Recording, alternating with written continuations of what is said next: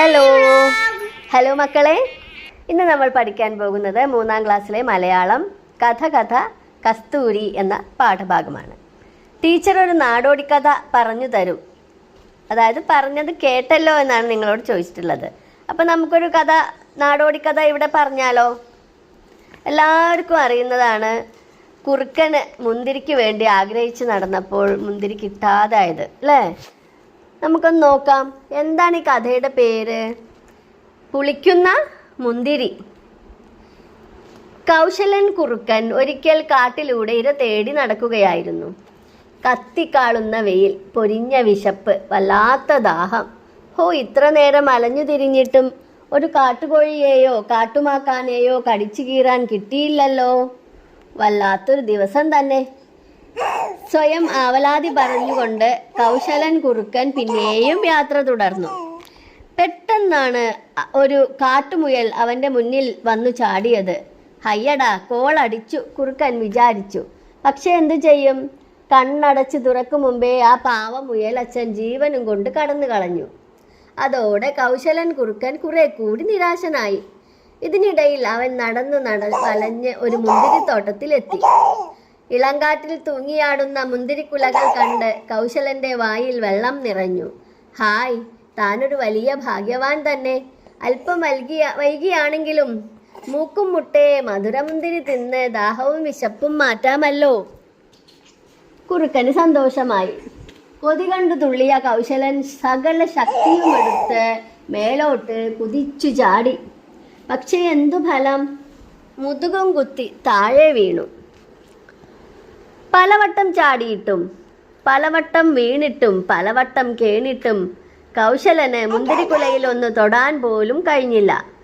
നടുവും മുതുകും തളർന്നുപോയ കൗശലൻ തികഞ്ഞ നിരാശയോടും പുച്ഛത്തോടും കൂടി മുന്തിരിക്കുലയിലേക്ക് നോക്കി. എന്നിട്ട് പറഞ്ഞു, ഛീ, ആർക്ക് വേണം ഈ പുളിക്കുന്ന മുന്തിരി? വായിൽ ഊറി നിന്ന വെള്ളവും ഇറക്കിക്കൊണ്ട് ആ വിരുതൻ കുറുക്കൻ മുഖവും താഴ്ത്തി മെല്ലെ അവിടുന്ന് സ്ഥലം വിട്ടു. ഇത് ഈ കഥ പലതരത്തിൽ നമ്മൾ കേട്ടിട്ടുണ്ട് അല്ലേ? ഇതിൻ്റെ ഒടുക്കം എന്താണ്? കുറുക്കന് മുന്തിരി കിട്ടിയില്ല. അപ്പോൾ കുറുക്കൻ മുന്തിരീനെ അങ്ങോട്ട് കുറ്റം പറഞ്ഞിട്ട് പോയി അല്ലേ? ഈ പുളിക്കുന്ന മുന്തിരി ആർക്ക് വേണം എന്നും പറഞ്ഞിട്ട് അല്ലേ? ഇതാണ് ഇവിടെ എല്ലാവരും പറഞ്ഞു നടക്കുന്ന ഒരു കഥ. ഇപ്പം അത് നിങ്ങൾ കേട്ടല്ലോ. ഈ മറ്റൊരു കഥ വായിക്കാം. ആനയും അണ്ണാറക്കണ്ണനും. ആനയും അണ്ണാറക്കണ്ണനും. ആനയും അണ്ണാനും ഓരോരോ പ്ലാവ് നട്ടു. ആന എന്നും നനച്ചു കൊടുത്തു. ആനയുടെ പ്ലാവ് വലുതായി വലുതായി വന്നു. അണ്ണാൻ്റെ പ്ലാവോ വെള്ളം കിട്ടാതെ കരിഞ്ഞും പോയി. ആനയുടെ പ്ലാവിൽ ഒരുപാട് ചക്ക ഉണ്ടായി. അത് കണ്ട് അണ്ണാന് കൊതി മൂത്തു. ആന കാണാതെ അണ്ണാൻ പ്ലാവിൽ കയറി ഒരു ചക്ക തിന്നു. ഞാനൊന്നും അറിഞ്ഞില്ലേ എന്ന ഭാവത്തിൽ ഇറങ്ങിപ്പോരുകയും ചെയ്തു. ഒരു ചക്ക കാണാനില്ലല്ലോ, അണ്ണാനോടൊന്ന് ചോദിക്കുക തന്നെ ആന വിചാരിച്ചു. നീ എൻ്റെ ചക്ക തിന്നോ? തിന്നൂലോ. ചിൽ ചിൽ ചിൽ, ഞാനൊരു ചക്ക തിന്നൂലോ, അണ്ണാൻ പറഞ്ഞു. ആനയ്ക്ക് ദേഷ്യം വന്നു. അണ്ണാനെ എടുത്തൊരൊറ്റ ഏറ്. അണ്ണാൻ ചെന്നു വീണതോ ഒരു എണ്ണക്കുടത്തിൽ. അവിടെ നിന്ന് എഴുന്നേറ്റ് അണ്ണാൻ പറഞ്ഞു, നിന്റെ ചക്കയും തിന്നു ചിൽ ചിൽ ചിൽ, എണ്ണയും തേച്ചു ചിൽ ചിൽ ചിൽ. ആനയ്ക്ക് ഒരുപാട് ദേഷ്യം വന്നു. ആന അണ്ണാനെ എടുത്ത് ഒരൊറ്റ ഏറ്. അണ്ണാൻ ചെന്നു വീണതോ ഒരു വാഗപാത്രത്തിലും. അവിടെ നിന്ന് എണീറ്റ് അണ്ണാൻ പറഞ്ഞു, നിന്റെ ചക്കയും തിന്നു ചിൽ ചിൽ ചിൽ, എണ്ണയും തേച്ചു ചിൽ ചിൽ ചിൽ, വാകയും തേച്ചു ചിൽ ചിൽ ചിൽ. ആനയ്ക്ക് ഒരുപാട് ദേഷ്യം വന്നു. ആന അണ്ണാനെ എടുത്ത് ഒരൊറ്റ ഏറ്. അണ്ണാൻ ചെന്നു വീണതോ ഒരു താളിപ്പാത്രത്തിലും. അവിടെ നിന്ന് എണീറ്റ് അണ്ണാൻ പറഞ്ഞു, നിന്റെ ചക്കയും തിന്നു ചിൽ ചിൽ ചിൽ, എണ്ണയും തേച്ചു ചിൽ ചിൽ ചിൽ, വാകയും തേച്ചു ചിൽ ചിൽ ചിൽ, താളിയും തേച്ചു ചിൽ ചിൽ ചിൽ. ആനയ്ക്ക് ഒരുപാട് ദേഷ്യം വന്നു.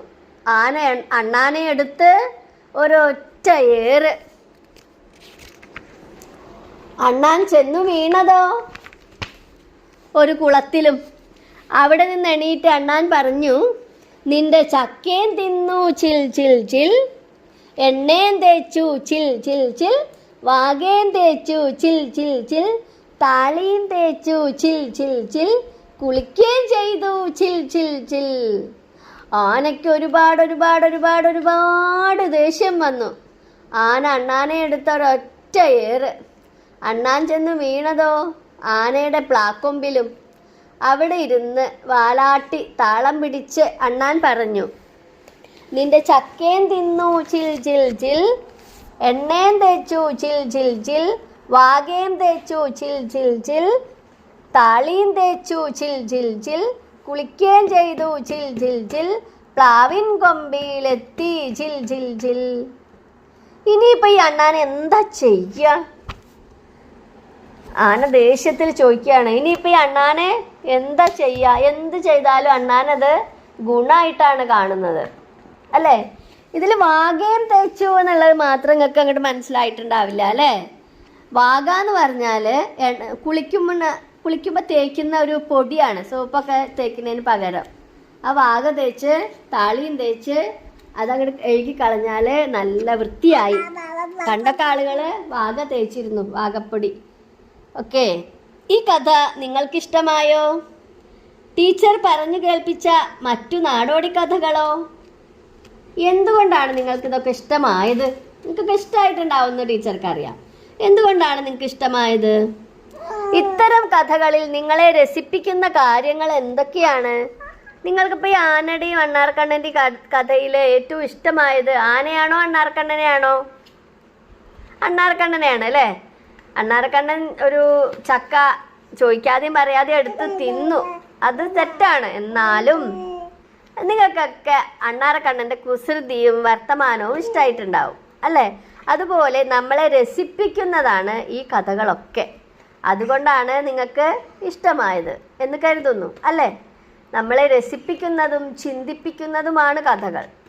അതുകൊണ്ട് നമുക്ക് കഥകളൊക്കെ ഇഷ്ടമാണ്. നിങ്ങളുടെ നാട്ടിലും ഇത്തരം നാടോടി കഥകൾ ഉണ്ടല്ലോ. നാട്ടിലെ മുതിർന്നവർക്ക് ഈ കഥകൾ അറിയാം. അവരെ ടീച്ചർ സ്കൂളിലേക്ക് വിളിക്കും. അവർ പറയുന്ന കഥകൾ കേൾക്കൂ. കേട്ട കഥകൾ വീട്ടിലുള്ളവരെയും കൂട്ടുകാരെയും പറഞ്ഞു കേൾപ്പിക്കാൻ മറക്കരുത്. ഓക്കെ, ഇനിയോ കൂടുതൽ കഥാപുസ്തകങ്ങൾ വായിക്കൂ. നിങ്ങൾക്ക് ഇഷ്ടപ്പെട്ട ഏതെങ്കിലും ഒരു കഥ റോൾ പ്ലേ ആയി അവതരിപ്പിക്കൂ. ഇപ്പം എല്ലാവർക്കും നമ്മുടെ സ്കൂളുകളിൽ ലൈബ്രറി എന്ന് പറഞ്ഞൊരു സാധനം ഉണ്ടെന്ന് അറിയാം അല്ലേ? ലൈബ്രറിയിൽ കുറേ കഥകളുണ്ട്. വലിയവർക്കും ചെറിയവർക്കും കുഞ്ഞു മക്കൾക്കും ഒക്കെ വായിച്ചു രസിക്കാനുള്ള കഥകളുള്ള ലൈബ്രറി. അപ്പോൾ അവിടെ നിന്ന് നിങ്ങൾ ലൈബ്രറി പുസ്തകം നിങ്ങൾക്ക് ടീച്ചർ തരും. അതിൽ നിന്ന് ഒരു കഥയിലെ ഏതെങ്കിലും കഥാപാത്രങ്ങളെ റോൾ പ്ലേ ആയി അവതരിപ്പിക്കൂ. ഇപ്പം എല്ലാവരും ഇപ്പം ഈ ബഷീർ ദിനം കഴിഞ്ഞ സമയമായതുകൊണ്ട് പറയാണ്, ബഷീർ കഥകളിൽ നിന്ന് ഏതെങ്കിലും കഥാപാത്രങ്ങളെ നിങ്ങൾ റോൾ പ്ലേ ആയി അവതരിപ്പിച്ചിട്ടുണ്ടാകും ഇല്ലേ? ഉണ്ടാവേണ്ടതാണ്. എല്ലാ സ്കൂളുകളിലും ബഷീർ ദിനം നന്നായിട്ട് ആചരിക്കുന്നുണ്ട്. ജൂലൈ 5 ബഷീറിൻ്റെ ഓർമ്മ ദിവസമാണ് നമ്മൾ ബഷീർ ദിനമായിട്ട് ആചരിക്കുന്നത്. അപ്പോൾ അതിൽ നിന്നും ഏതെങ്കിലും കഥകളിലെ കഥാപാത്രങ്ങളെയൊക്കെ എടുത്ത് നിങ്ങൾ റോൾ പ്ലേ ആയി അവതരിപ്പിച്ചിട്ടുണ്ടാകും അല്ലേ? ഇല്ലെങ്കിൽ അവതരിപ്പിക്കൂ.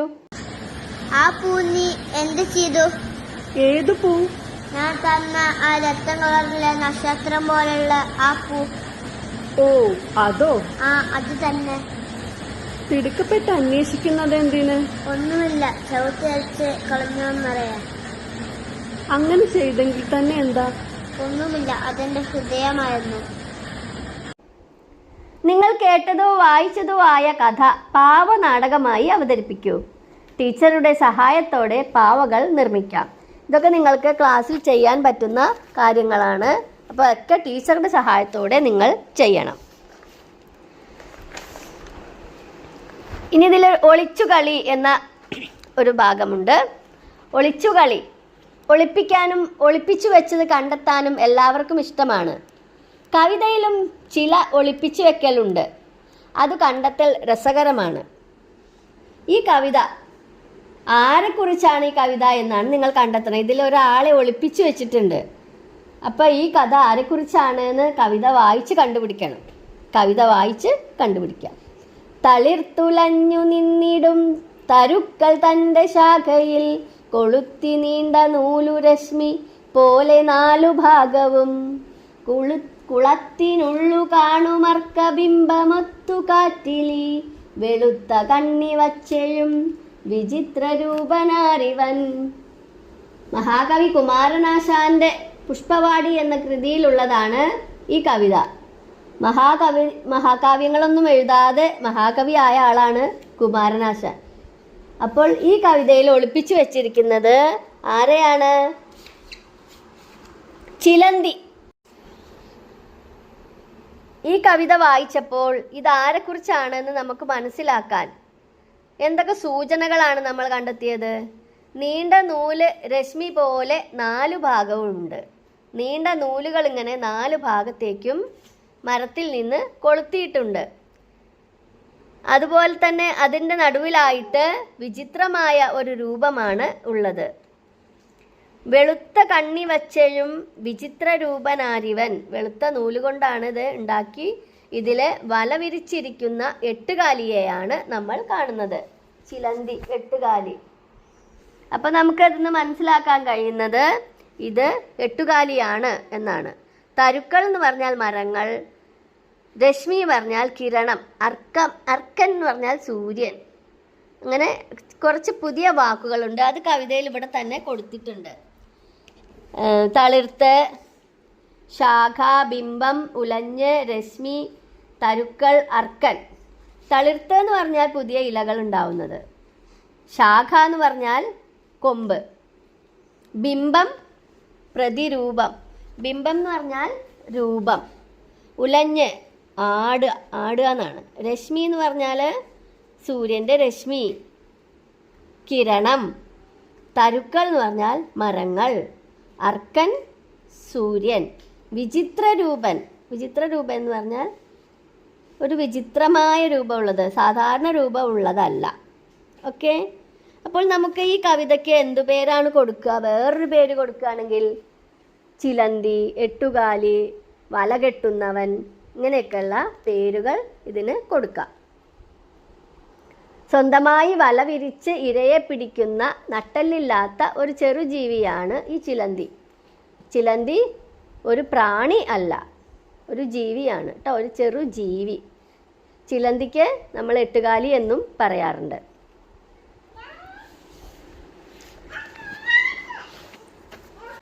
കടങ്കഥകളിൽ ഒളിപ്പിച്ചു വെച്ച ഉത്തരങ്ങൾ തേടുന്നത് ഇഷ്ടമായല്ലോ.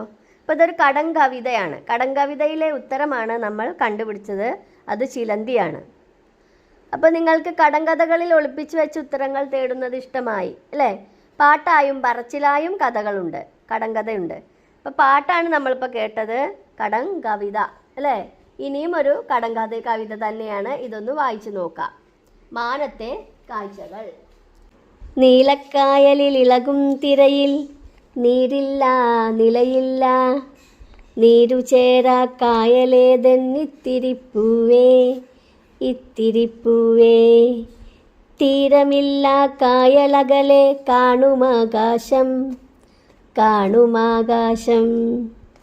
നീലക്കായലിൽ ഇളകും വഞ്ചിയിലാളില്ല തുഴയില്ല, കാറ്റിലുലയും തോണിയേതൻ സിന്ദൂരപ്പൂവേ സിന്ദൂരപ്പൂവേ. വാനിലെ പൊൻതോണിയല്ലി ചന്ദ്രക്കലരൂപം ചന്ദ്രക്കലരൂപം. ദൂരെ കായലിലൊഴുകും കനലിനു തീയില്ല പുകയില്ല, ചൂടുകിട്ടാത്തീ കനലേതൻ മന്ദാരപ്പൂവേ മന്ദാരപ്പൂവേ. കൈവിളക്കു കണക്കു കത്തും സ്വർണ്ണ നക്ഷത്രം സ്വർണ്ണ നക്ഷത്രം.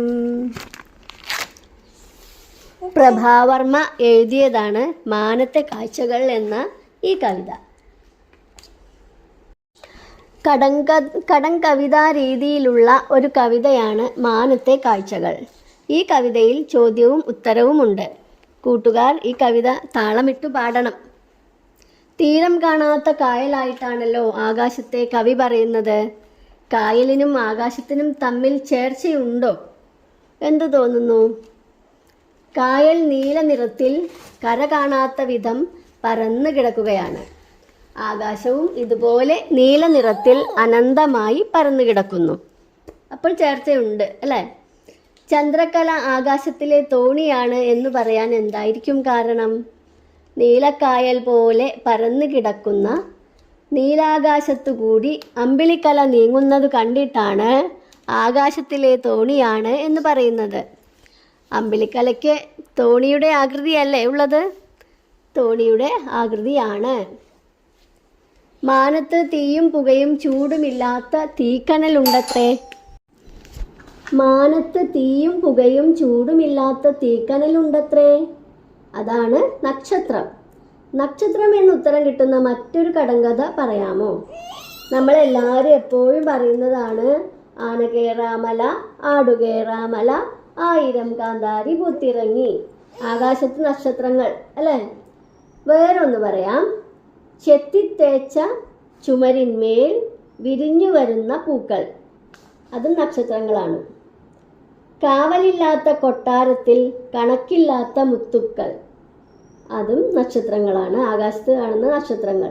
എൻ്റെ തോട്ടത്തിലെ പൂക്കൾ എണ്ണീട്ടും തീരുന്നില്ല. ആ കടങ്കഥയും നക്ഷത്രത്തെക്കുറിച്ചാണ്. ആകാശത്തുള്ള നക്ഷത്രങ്ങൾ. ഇതിലെ പുതിയ വാക്കുകൾ നീര്, നീരില്ല, നിലയില്ല. നീരെന്ന് പറഞ്ഞാൽ വെള്ളം, വഞ്ചി, തോണി, വാനം, ആകാശം. ആകാശത്ത് നക്ഷത്രങ്ങൾ എന്നുത്തരം വരുന്ന ചില കടങ്കഥകൾ നോക്കൂ. മുകളിൽ നൽകിയ ചിത്രത്തിലെ വസ്തുക്കൾ, ദൃശ്യങ്ങൾ എന്നിവയെ അടിസ്ഥാനമാക്കി കടങ്കഥകൾ നിർമ്മിക്കൂ. കൂട്ടുകാരുമായി പങ്കിടൂ. അവയുടെ ഉത്തരം കൂട്ടുകാർക്ക് കണ്ടെത്താനാവുന്നുണ്ടോ? കടങ്കഥകൾക്ക് എന്തെല്ലാം പ്രത്യേകതകൾ ഉണ്ടാവണം? ക്ലാസ്സിൽ ചർച്ച ചെയ്തു കണ്ടെത്തി എഴുതൂ.